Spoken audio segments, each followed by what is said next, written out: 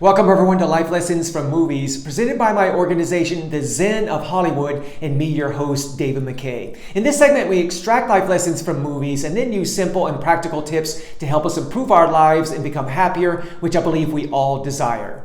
Okay, today's theme is how to let go of our attachments. We'll examine this theme through the good film called Film Stars Don't Die in Liverpool, starring Annette Bening and Jamie Bell.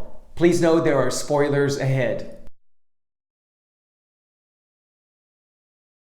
Okay, this film focuses on famous American film star Gloria Graham, who had her heyday in the 1950s. She was a part of several successful films in the 50s, but then because of her strong-willed personality and the mistakes that she made with relationships, as well as her aging body, well, she fell out of favor with Hollywood, and as a result, her career plummeted. But this film focuses on the last years of Gloria's life, especially when she has cancer. She's suffering from breast cancer and she has a short time to live. It also focuses on her relationship with British stage actor Peter Turner, whom she met in London a few years before. Now, Peter fell in love with Gloria and vice versa, and he ended up supporting Gloria by having her stay at his parents' house in Liverpool in the final months of Gloria's life because really she had nowhere else to turn.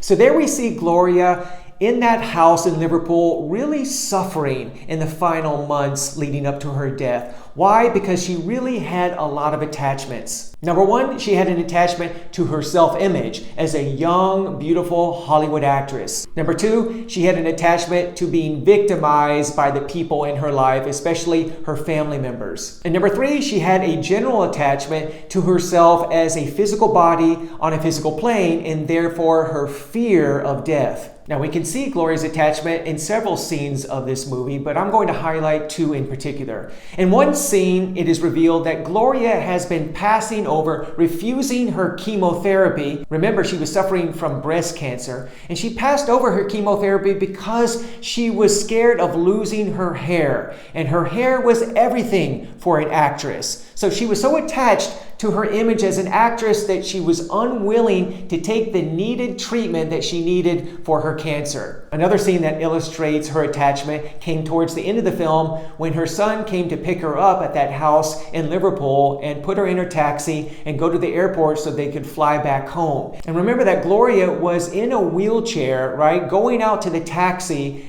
but she was dressed as a young actress, as she would have dressed 30 or 40 years before. This obviously showed the difficulty that Gloria had letting go of her self-image and her life in general. Okay, so let's talk about today's theme, letting go of our attachments.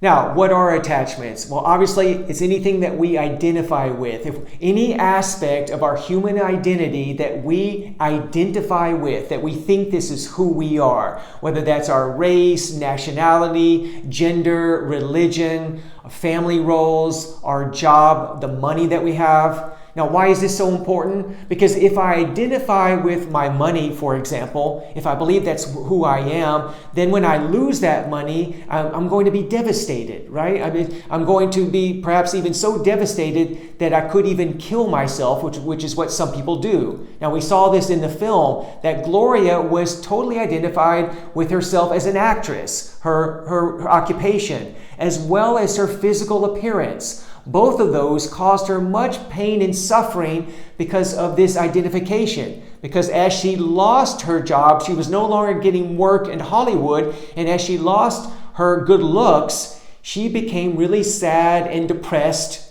right? And it really affected her. It caused her pain and suffering.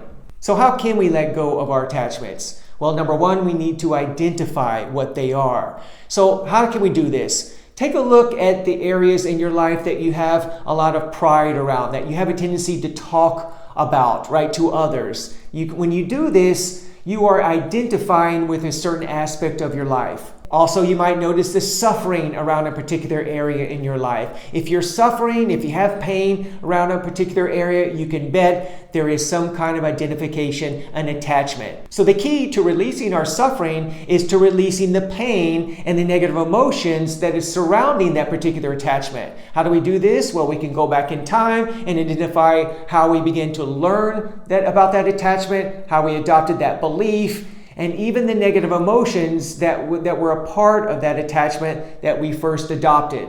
For example, if I have an attachment to my nationality, I might have been shamed into identifying with my nationality by the fact that if I didn't identify with my nationality originally, if I show tendencies of not really caring, well, I might have been shamed by my parents, for example, forcing me to really identify with my nationality so that I would gain their approval. Now, once I release those emotions, that personal pain, and obviously release the belief that this is who I am, I can then release all the energy surrounding this attachment, and I begin to release that attachment. The next thing I need to do, though, is meet my needs surrounding that particular attachment. Obviously, we become attached because we're trying to meet a need, an emotional need. For example, if I am attached to my nationality, well, I might have the need of belonging that I'm trying to fulfill. I want to belong to something. Well, obviously, what I need to do is to get that need met in a different area, in a healthy way, without attachment. And the last thing I need to do to help release my attachments, of course, is to identify with who we truly are, our true identity, that is our divine essence. And I've talked about this in just about every single video. This is critical.